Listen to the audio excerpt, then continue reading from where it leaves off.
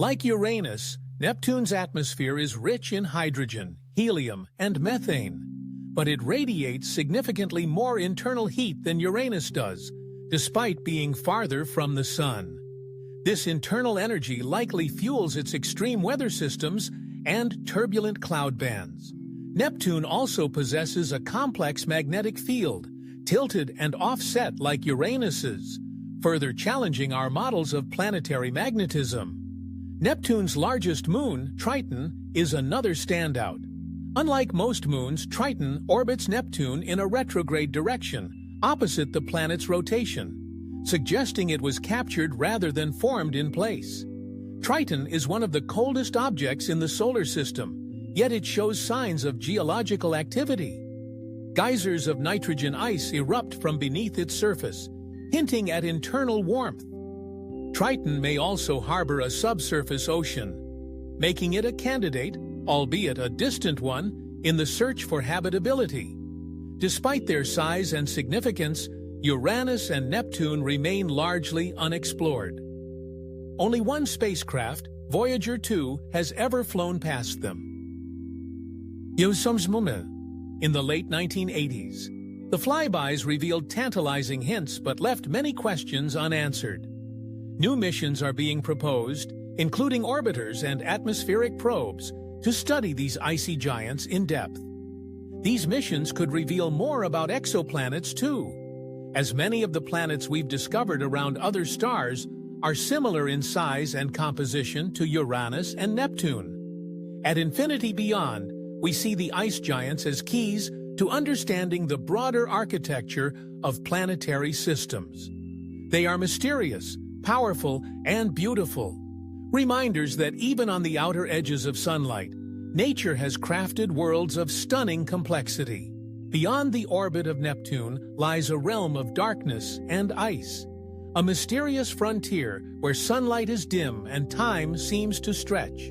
This is the Kuiper Belt, a vast ring of icy bodies and dwarf planets that extends billions of kilometers into space. At Infinity Beyond, we see this distant region not as the end of the solar system, but as a new beginning, one filled with ancient secrets and uncharted worlds. For decades, Pluto was considered the ninth planet of the solar system, its icy orbit dancing through the outermost reaches of the Sun's gravitational grasp. But in 2006, Pluto was reclassified as a dwarf planet by the International Astronomical Union. This decision sparked passionate debate, but it also opened the door to a broader understanding of the diverse and dynamic world Pluto truly is. In 2015, NASA's New Horizons spacecraft performed the first flyby of Pluto, transforming it from a blurry point of light into a stunning, complex world. What we saw was breathtaking. Vast plains of nitrogen ice, towering water ice mountains, a thin blue atmosphere, and a massive heart-shaped glacier named Tombaugh Regio. Even more astonishing, Pluto shows signs of ongoing geological activity, despite its small size and frigid location. Pluto's surface is young in many areas, with few craters and flowing nitrogen glaciers, suggesting that heat is still moving from the interior. Beneath the icy crust may lie a subsurface ocean of water, kept liquid by heat from radioactive decay. This hidden ocean raises fascinating questions. Could it support microbial life? Could Pluto, so distant and cold, be more than just a frozen relic? Orbiting Pluto is Charon, its largest moon, so large relative to Pluto that the two bodies actually orbit a common center of gravity outside Pluto itself. Charon's surface shows signs of ancient fractures and possible cryovolcanism, hinting that it, too, may have once been geologically active. The Pluto-Charon system behaves more like a binary planet than a typical planet-moon pair. But Pluto is not alone. The Kuiper Belt is home to thousands of other icy worlds. Among the most notable is Eris, a dwarf planet slightly smaller than Pluto, but more massive.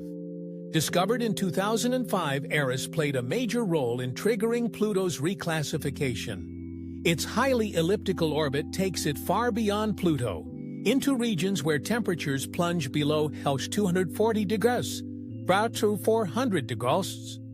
There's also Makemake, Haumea, and countless unnamed objects that drift in silent orbits, worlds that may hold clues to the solar system's formation and evolution. These are remnants of the primordial disk from which the planets formed. Icy time capsules preserving the chemistry of the early solar system. Despite their distance and remoteness, missions to the Kuiper Belt are gaining momentum.